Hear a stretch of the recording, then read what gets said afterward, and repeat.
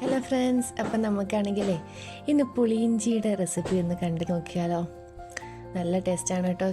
ചോറിൻ്റെ കൂടെ കഴിക്കാൻ പുളിയിഞ്ചി. നമ്മുടെ സദ്യയുടെ ഒക്കെ കൂടെ ഇത് ഇമ്പോർട്ടൻ്റ് ആണെന്ന് പറയുന്നത് കേട്ടോ, എനിക്കറിയില്ല. അപ്പോൾ അതിനുവേണ്ടി ഞാൻ കുറച്ചേ എടുക്കുന്നുള്ളൂ കേട്ടോ. അപ്പോൾ അതിനുവേണ്ടി ഞാൻ ഇത്ര ഇഞ്ചി എടുക്കുന്നുണ്ട്. ഇഞ്ചിയുടെ അളവൊക്കെ ചോദിച്ചാൽ കറക്റ്റായിട്ട് എനിക്കറിയില്ല കേട്ടോ. ഇത്ര ഇഞ്ചി മാത്രമാണ് എടുത്തേക്കുന്നത്. കുറച്ച് ക്വാണ്ടിറ്റിയിൽ മാത്രമേ ഉണ്ടാക്കുന്നുള്ളൂ കേട്ടോ. അപ്പോൾ അത് കുഞ്ഞു കുഞ്ഞായിട്ടൊന്ന് ചെറുതായിട്ടൊന്ന് കൊത്തി അരിഞ്ഞ് വെക്കണം ആദ്യം കേട്ടോ. അപ്പോൾ ആദ്യമായിട്ട് ചാനൽ കാണുന്നുണ്ടെങ്കിൽ ഒന്ന് സബ്സ്ക്രൈബ് ചെയ്യുക. വീഡിയോ ഇഷ്ടപ്പെട്ടാൽ ഷെയർ ചെയ്യുക, ലൈക്ക് ചെയ്യുക. അപ്പോൾ അതിങ്ങനെ കുഞ്ഞിങ്ങനെ നമുക്ക് കുഞ്ഞു കുഞ്ഞായിട്ട് കൊത്തി അരിയാം കേട്ടോ. നമുക്കതെല്ലാം അതുപോലെ അരിഞ്ഞെടുക്കണേ. ഞാൻ എല്ലാം അരിഞ്ഞെടുത്തിട്ടുണ്ട്. അപ്പോൾ അതിൻ്റെ കൂട്ടത്തിൽ കുറച്ച് കരിയാപ്പിലയും കൂടെ, നമ്മുടെ കറിവേപ്പിലയും കൂടെ എടുത്തിട്ടുണ്ട്. അപ്പോൾ ഇതൊന്ന് വറുത്തെടുക്കണം നമുക്ക്. പിന്നെ അതിലേക്ക് 2 പച്ചമുളക്, കുറച്ച് കരിവേപ്പില, പിന്നെ വെളുത്തുള്ളി, ഇത്രയാണ് എടുത്തേക്കണം കേട്ടോ. ആദ്യം നമുക്ക് നമ്മൾ ഈ അരിഞ്ഞ് വെച്ചേക്കുന്ന ഇഞ്ചി ഒന്ന് വറുത്തെടുക്കണം. പിന്നെ ഇത്രയും ഒരു നെല്ലിക്ക വലിപ്പത്തിൽ പുളി എടുത്തിട്ടുണ്ട് കേട്ടോ. ഇപ്പോൾ കുറച്ച് ക്വാണ്ടിറ്റിയിലെല്ലാം ഉണ്ടാക്കുന്നുള്ളൂ. അപ്പോൾ കുറച്ച് പുളി മതി, അത്രയും പുളിയാണ് എടുത്തത്. അത് വെള്ളം ഒഴിച്ചിടണം.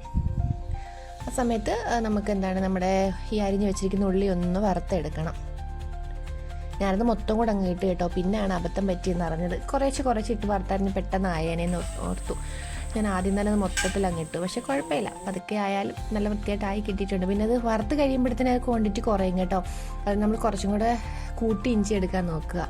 ഇതിപ്പോൾ വറുത്ത് കഴിഞ്ഞപ്പോഴത്തേന് നമ്മൾ അരിഞ്ഞതിൻ്റെ ആ ക്വാണ്ടിറ്റി കുറഞ്ഞിട്ട് കുറച്ചായി മാറിയിട്ടുണ്ട് അത് കേട്ടോ. അങ്ങനെ അത് നല്ലോണം വറുത്ത് റെഡി ആയിട്ടുണ്ട്. നമുക്കിനി അത് കോരി മാറ്റാമേ.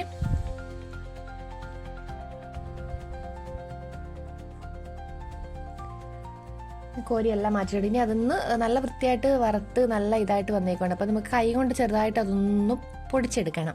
എന്നിട്ട് ആ എണ്ണയിൽ തന്നെ നമുക്ക് കരിയാപ്പിലയും നമ്മുടെ എടുത്ത് വെച്ചിരിക്കുന്ന പച്ചമുളകും വെളുത്തുള്ളിയും ഉണ്ടല്ലോ, അതും കൂടി ഇട്ട് അതൊന്ന് ചെറുതായിട്ടൊന്ന് വഴറ്റിയെടുക്കണം. ഒരുപാട് വഴറ്റി അങ്ങ് എടുക്കേണ്ട. ചെറിയൊരു വെളുത്തുള്ളിയിലേക്ക് ഒരു പച്ചമണം മാറുന്നതാണ് വരെ ഒന്ന് വഴറ്റിയെടുക്കുക.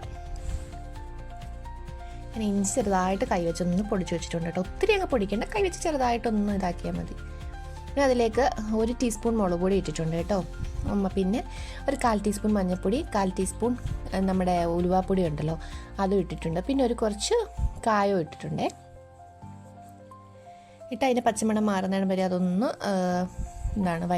റോസ്റ്റ് ചെയ്തെടുക്കണം.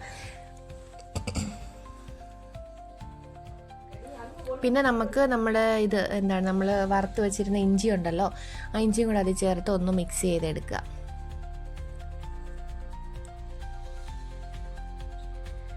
മിക്സ് ചെയ്തെടുത്ത് അതൊന്ന് ഇതായി വരുമ്പോഴത്തേന് നമ്മൾ എടുത്ത് വെച്ചിരുന്ന പുളിവെള്ളം ഉണ്ടല്ലോ, ആദ്യം കുറച്ച് പുളിവെള്ളം ഒഴിച്ച് നോക്കുക. പിന്നെ പുളി പോരാങ്കിൽ കുറച്ചും കൂടെ ഒഴിക്കുക. നമുക്കിൻ്റെ അകത്ത് ചെറിയ എരി, പുളി, മധുരം എല്ലാം കൂടെ ബാലൻസ് ചെയ്ത് നിൽക്കണം കേട്ടോ. അങ്ങനത്തെ ഒരു പരുവത്തിലാണ് നമ്മുടെ പുളിയിഞ്ചി വേണ്ടത്. ഞാൻ ഇത്രയും ശർക്കരയാണ് അതിലേക്ക് ചേർക്കണത്. പിന്നെ നമുക്ക് വേണമെങ്കിൽ നോക്കിയിട്ട് പിന്നെ വേണമെങ്കിൽ ചേർത്താൽ മതിയല്ലോ. പക്ഷെ എൻ്റെ ആ ശർക്കര കറക്റ്റ് പാകമായിരുന്നു കേട്ടോ.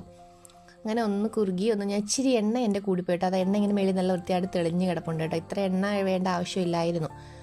അങ്ങനെ അത് നല്ല തിളച്ച് നല്ല പരുവായിട്ട് വന്നിട്ടുണ്ട് കേട്ടോ.